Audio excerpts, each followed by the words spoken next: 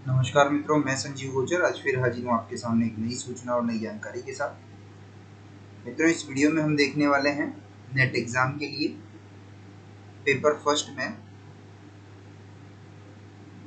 शिक्षण अभिक्षमता के टॉपिक के तहत एक हमारा सब टॉपिक है शिक्षण विधियाँ।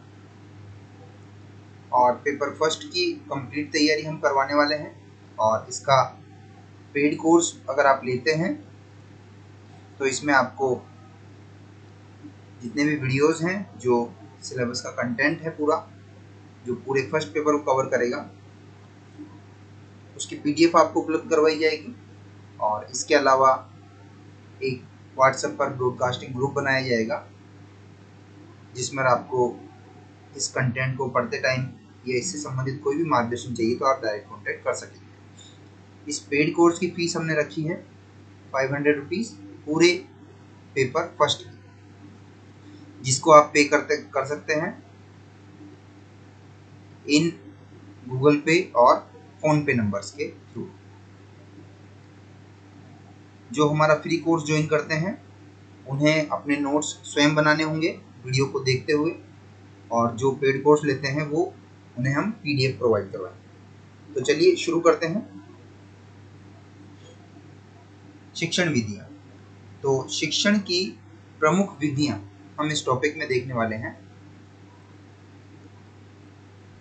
कौन कौन सी शिक्षण की विधियाँ होती हैं जो एक टीचर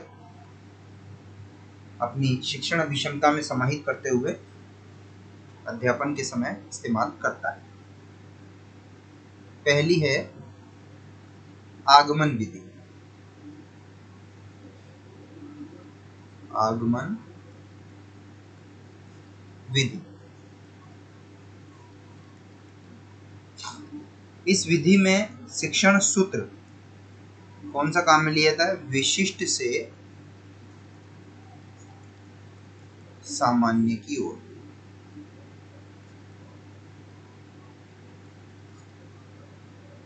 या फिर स्थूल से सूक्ष्म की ओर। अगर कोई अध्यापक इन दोनों विधियों का उपयोग कर रहा है, इन दोनों सूत्रों का उपयोग कर रहा है, तो वो कौन सी विधि के तहत आएगा? आगमन विधि के तहत। और अगर कोई अध्यापक आगमन विधि से पढ़ा रहा है तो उसे इन दोनों सूत्रों का उपयोग करना होता है। इस विधि में शिक्षार्थी के सामने, छात्र के सामने विभिन्न उदाहरण प्रस्तुत किए जाते हैं तथा फिर उन्हीं के माध्यम से विषय वस्तु तथा सिद्धांत का प्रतिपादन किया जाता है। यह विधि मनोवैज्ञानिक है तथा छोटे बच्चों के लिए अत्यंत उपयोगी। मतलब पहले उदाहरण प्रस्तुत किया जाता है, ठीक है। इस तरह से एक त्रिभुज ले लिया और इन दोनों लंब का स्क्वायर और आधार का स्क्वायर करके जोड़ा तो हमारे पास आ गया ये, इसका रूट करेंगे तो ये आ गया 5। तो इससे प्रमेय सिद्ध हुआ कि एक समकोण त्रिभुज में आधार का स्क्वायर प्लस लंब का स्क्वायर अंडर रूट करने पर कर्ण का मान प्राप्त होता है। तो देखिए, ये पहले एग्जाम्पल लिया और उसके बाद ये प्रमेय सिद्ध किया, तो ये इसमें होता है आगमन विधि में। दूसरा निगमन विधि।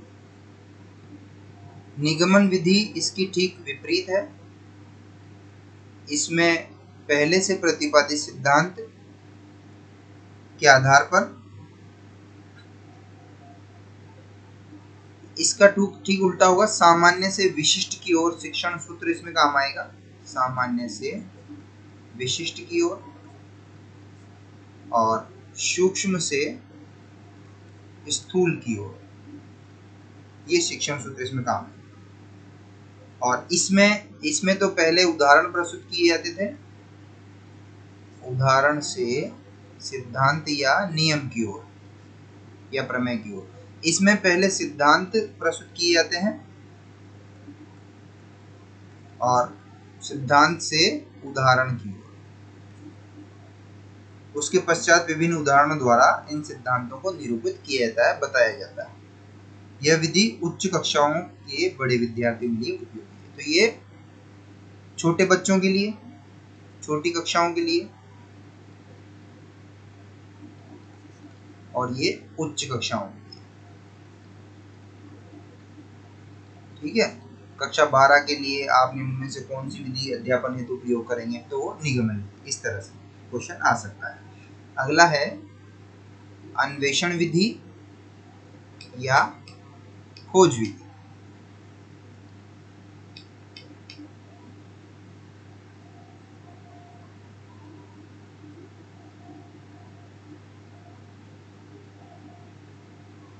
तो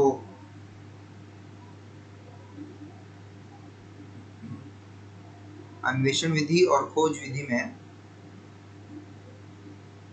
तीसरी विधि हमारी हो जाएगी अन्वेषण।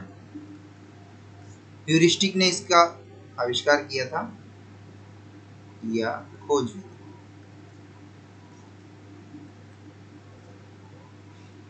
इस विधि में शिक्षण सूत्र विश्लेषण से संश्लेषण की ओर,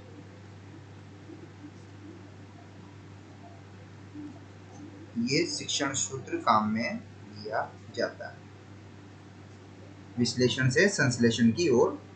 और इस विधि में विद्यार्थी प्रत्येक तथ्य की खोज स्वयं प्रयोग करके करते हैं। स्वयं तथ्यों से संबंधित जानकारी जुटाना, प्रयोगों की दिशा निर्धारित करना तथा फिर प्रयोग द्वारा परिणाम प्राप्त करना, ये सब विद्यार्थी करता है। ये इस विधि की विशेषता होती है। टीचर केवल मार्गदर्शक होता है। ठीक है। चौथा है हमारा निरीक्षण विधि। निरीक्षण विधि, इस विधि में शिक्षक स्वयं न बताकर बालकों को स्वयं निरीक्षण करने के लिए प्रोत्साहित करता है, खुद ही देखें वो। और इस विधि में ज्ञान प्राप्ति के साथ साथ विद्यार्थियों में स्वतंत्र रूप से देखने, सोचने तथा अपने विचार प्रकट करने की क्षमता का विकास होता है। देखने, सोचने और विचार प्रकट करने की क्षमता का विकास होता है इस निरीक्षण विधि में। इसमें अध्यापक कुछ नहीं बताता, छात्रों को स्वयं निरीक्षण करने देता है। पांचवा है बोध प्रणाली। बोध प्रणाली, बोध प्रणाली का पठन शिक्षण में अत्यधिक महत्वपूर्ण है। प्रारंभिक स्तर पर बोध प्रणाली का अर्थ है शिक्षा रूपी पठन क्रिया में लगे और समान पठन की दृष्टि से पठन क्रिया के वस्तुबोध, प्रतिफल ज्ञान और कौशल में हो सके। शिक्षा रूपी पठन क्रिया में लगे और समान पठन की दृष्टि से पठन क्रिया के वस्तुबोध, प्रतिफल ज्ञान और कौशल में हो सके। किसी भी पाठ के केंद्रीय भाव को ग्रहण करना बोध से संबंधित है। मतलब सीधा सा अर्थ है इसका, आपकी समझ में कितना आ रहा है। बोध से मतलब यहाँ पर समझ, किसी भी पाठ का जो थीम है उसको समझने से संबंधित है। पठन कौशलों में पठन के बाद छात्रों को बोध हुआ कि नहीं, यह देखना, छात्रों को समझ में आया या नहीं, इसका मूल्यांकन करना इसमें किया जाता है। ठीक है। छठा है सामूहिक पाठन विधि। सामूहिक पाठन विधि,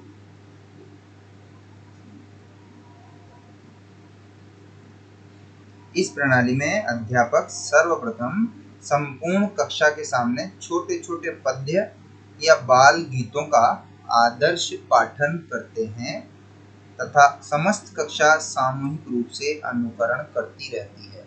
आपने देखा होगा जो एलकेजी और प्रेप की कक्षाएं होती हैं, नर्सरी कक्षाएं, उनमें टीचर जो है पोइम बोलती रहती है, baa baa, black sheep, twinkle twinkle little star, बच्चे उनके साथ साथ दोहराते रहते हैं। ठीक है। तो ये सामूहिक पाठन विधि है। यह विधि बालकों के उच्चारण सुधारने में सहायता प्रदान करती है। फर्स्ट सेकंड थर्ड क्लास में बच्चों को जब पहाड़े लर्न करवाए जाते हैं तो उसमें टीचर बोलते रहते हैं, बच्चे उसको दोहराते रहते हैं, तो इससे उच्चारण सुधरता है।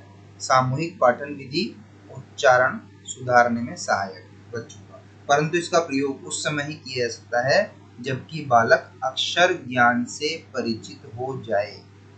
ठीक है। समूह शिक्षण विधि की परिकल्पना विद्यार्थियों के समूह के सीखने के लिए एक सार्थक प्रयत्न है। तो बालक को अक्षर ज्ञान होने के बाद ही इसका प्रयोग किया जा सकता है, ये इसकी सीमा होगी। यांत्रिक प्रणाली,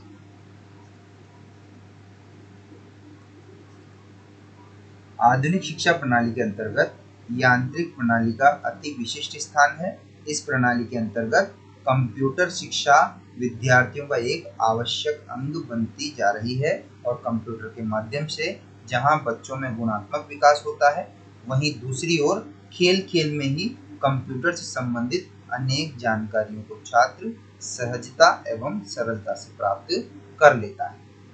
ऑडियो वीडियो कैसेट्स तथा सीडी मतलब कॉम्पैक्ट डिस्क आदि के माध्यम से भी आज के समय में अनेक विद्यालयों में रोचक जानकारियां छात्रों को दी जाती है और इस माध्यम से न सिर्फ छोटे छोटे बच्चे ही बल्कि कॉलेज स्तर के छात्र छात्राओं को भी रुचि पूर्वक अध्ययन करने व समझने का अवसर मिल रहा है।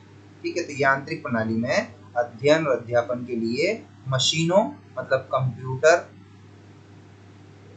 कॉम्पैक्ट डिस्क मतलब सीडी, डीवीडी, प्रोजेक्टर, ठीक है, टीवी, दूरदर्शन, इनका प्रयोग किया जाता है। अगला है प्रश्नावली प्रणाली। प्रश्नावली प्रणाली, इस प्रणाली के माध्यम से छात्रों में सामान्य ज्ञान, देश विदेश के घटना चक्रों का ज्ञान तथा बोलने की क्षमता का विकास होता है।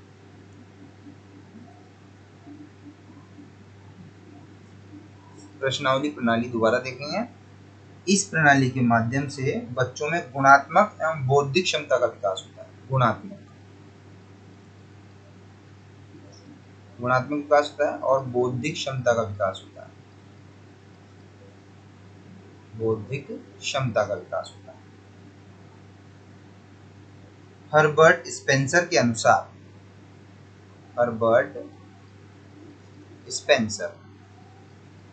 हर्बर्ट स्पेंसर के अनुसार अगर कठिन से कठिन विषय को भी सामान्य रूप से प्रश्नोत्तर के रूप में बच्चों के समक्ष प्रस्तुत किया जाए तो वे उन्हें सहजता से आसानी से समझ जाते हैं, ये हर्बर्ट स्पेंसर ने कहा।